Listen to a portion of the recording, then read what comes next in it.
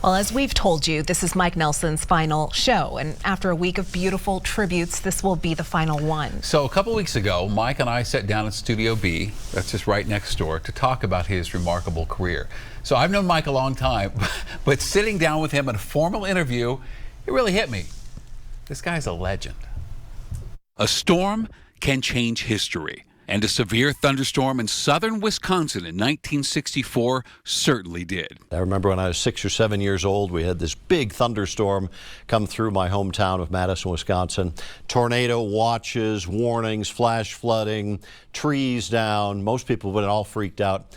I thought it was great. For Mike Nelson, that storm blew in a lifelong love affair with the weather. The awe, the wonder, the science behind it. He still has the first weather station he built when he was 10. I have the old thermometer in there. I made this out of just scrap wood. Each day I'd write down the pressure and the weather and if it snowed or not. When you're a kid who loves weather like that, the local TV weather forecaster becomes like a superhero.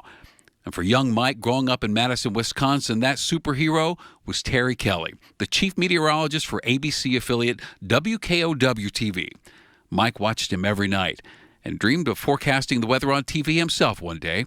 He even made his own weather map. I would take it out of the newspaper where the fronts were, and I'd put the lows and highs on there, and then in front of a mirror I'd practice doing the weather. Fast forward to a teenage Mike Nelson, still dreaming of working in TV news, but paying the bills working at Baskin-Robbins, when the Terry Kelly walks in and becomes a regular customer. He came into my ice cream store. For me, this is like a football star. After a year or so of serving his idol ice cream, Mike worked up the nerve to ask Mr. Kelly if he could work for him at the TV station. Answer phones, empty trash, anything. Kelly said yes. That next Friday, November 4th, 1976, I got hired at minimum wage to work at the TV station, and Cindy and I went on our first date. That's a good day. Yeah. Cindy is his now wife of 43 years. In the 1970s, your local TV weatherman, and they were almost exclusively men, still used magnets and markers to make weather maps. Well, Mike's mentor, Terry Kelly, helped develop the first computer that created weather graphics for television. And still working for Kelly, Mike spent 1979 through 1984 installing these new computer systems at TV stations across the country and training weather teams to use them. I actually trained Al Roker on the first weather computer he ever had. That job also brought Mike to Denver in the early 80s to train legendary Colorado forecasters Stormy Rotman and Bill Custer on the first weather computer in Denver. Mike eventually pivoted to become a full-time on-air meteorologist working in Madison and then St. Louis. He arrived in Denver in 1991 for a job at KUSA, then finally made his way to KMGH Denver7 in 2004.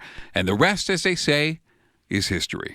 Nice evening out there with clear skies. Mike considers education to be a big part of his job, educating about weather, science, climate change. And if you grew up in the Denver metro area and are of a certain age, chances are pretty good that Mike spoke to your elementary school. He probably juggled hailstones, showed how weather balloons work, and most definitely performed his signature showstopper, the tornado dance. I act out the two different air masses getting into the big fight. This is the cool air, we're in the shades, and then the hot air, of course, is kind of floating around like this, and they get into this big shoving match, and the big thunderstorms build, and the jet stream comes in, and the whole thing starts spinning big and slow, and then smaller and faster and faster and smaller, and that's how the tornado forms. I've worked hard and done a lot of school talks. I think I've talked to 1 million children. Some of his other resume highlights include winning 20 Emmy Awards and being inducted into the Denver Press Club Hall of Fame. His proudest professional achievement? Probably becoming a fellow of the American Meteorological Society, because there's only about 30 broadcasters. Yeah, that's the little thing right there. Right there.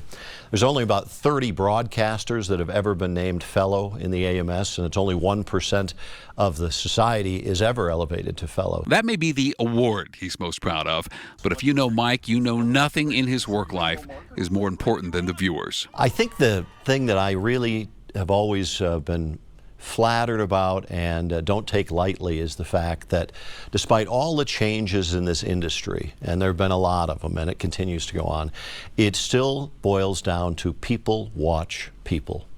And we are invited into people's homes every single night. So, after 48 years of being invited into people's homes and now phones, 48 years of getting you ready for that next blizzard, 48 years of tornado dances.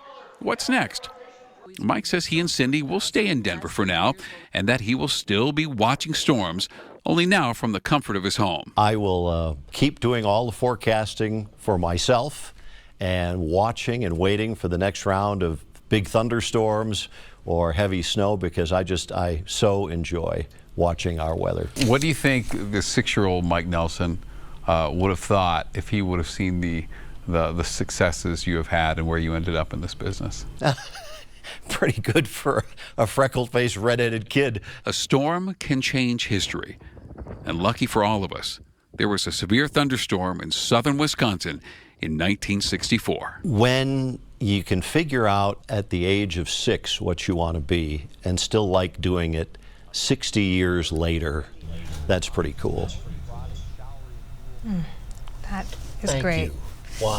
Fantastic job, Shannon. Yeah, thanks. And congrats on a privilege to do. legendary career, Mike. Thank you guys both. It's been such a pleasure to buddy. be at the desk with you guys, and I'll have some No remarks coming. handshakes here, I guess. No, I was going to give you that. I'll have some more remarks to say a little bit later, but I guess I have to do a weather report here at one point. But let's talk about your first day before we do weather. You had cake that your wife Cindy had brought in that day, Right. and you wasted no time making yourself right at home. Take a look at this.